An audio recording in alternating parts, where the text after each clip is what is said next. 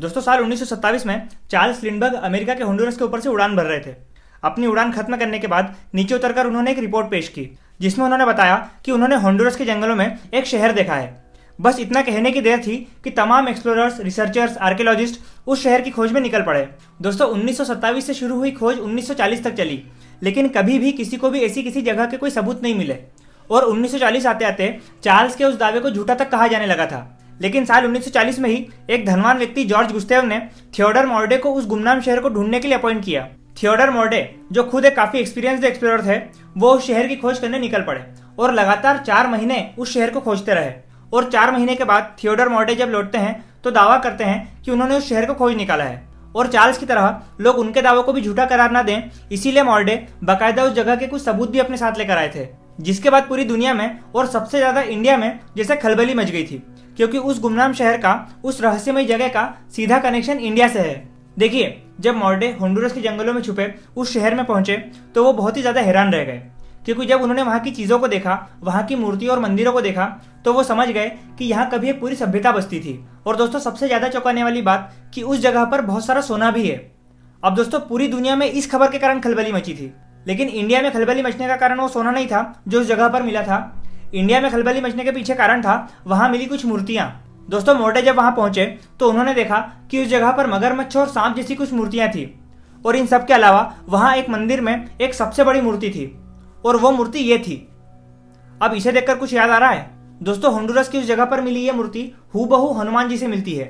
हाथ में गदा, बैठने की पोजीशन बिल्कुल वैसी जैसी इंडिया के कई मंदिरों में है। अब दोस्तों मैंने ये क्यों कहा कि ये मूर्ति हूबहू हनुमान जी से मिलती है, ये क्यों नहीं कहा कि ये मूर्ति हनुमान जी की ही है?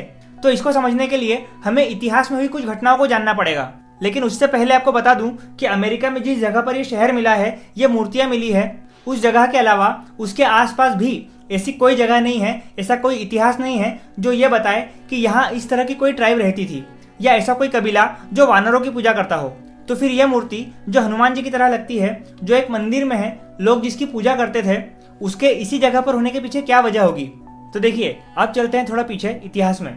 कुछ लोगों ने ये घटना सुनी होगी, पर जिन्होंने नहीं सुनी है उनके लिए बता देता हूँ। और हाँ, कुछ लोग इसे कहानियां कहते हैं, माइथोलॉजी कहते हैं, लेकिन मैं इसे कहानी नहीं कहूंगा, क्योंकि कहानियां वो होती है जिसे हम बनाते हैं, उसके कैरेक्टर्स गढ़ते हैं, लेकिन जो चीज असल में घटित हुई होती है उसे हम घटना कहते हैं। तो देखिए, त्रेता युग में जब श्री राम और रावण का युद्ध चल रहा था, तब श्री राम की सेना को अपनी सेना पर हावी होता देख रावण ने अपने भाई अहिरावण को बुलाया, जो काफी मायावी था।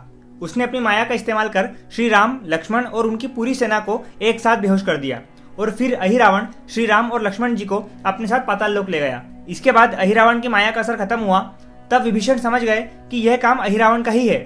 उन्होंने हनुमान जी से कहा कि अहिरावण श्री राम और लक्ष्मण जी को जरूर पाताल लोक लेकर गया होगा। इसके साथ ही विभीषण ने हनुमान जी को बताया कि अहिरावण की शक्तियां 5 दिशाओं में जल रहे दियों से है।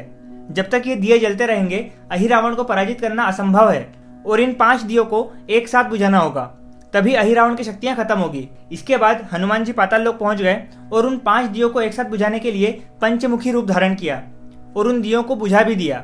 जिसके बाद हनुमान जी और अहिरावण का युद्ध भी हुआ था, जिसमें हनुमान जी ने अहिरावण का वध कर दिया था। देखिए, इस घटना के बारे में तो आप में से कई लोगों ने सुना होगा, या शायद सबने सुना होगा, लेकिन इसके पहले एक और घटना है जिसके बारे में शायद बहुत ही कम लोग जानते हैं। देखिए, जब हनुमान जी श्री राम और लक्ष्मण जी को बचाने पाताल लोक जा रहे थे, तब अहिरावण के द्वारपाल मकरध्वज ने हनुमान जी को रोक लिया।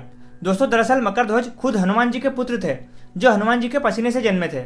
अब दोस्तों ये घटना भी आपने सुनी होगी कि हनुमान जी तो बाल ब्रह्मचारी थे, फिर उनका बेटा कैसे, तो उनके पसीने की एक बूंद से एक पुत्र का जन्म हुआ, ये आपने सुना होगा। फिलहाल आगे बढ़ते हैं। तो जब मकरध्वज ने हनुमान जी को अंदर नहीं जाने दिया, तो उन दोनों में घमासान युद्ध हुआ, जिसके बाद हनुमान जी ने मकरध्वज को अपनी ही पूंछ से बांध दिया।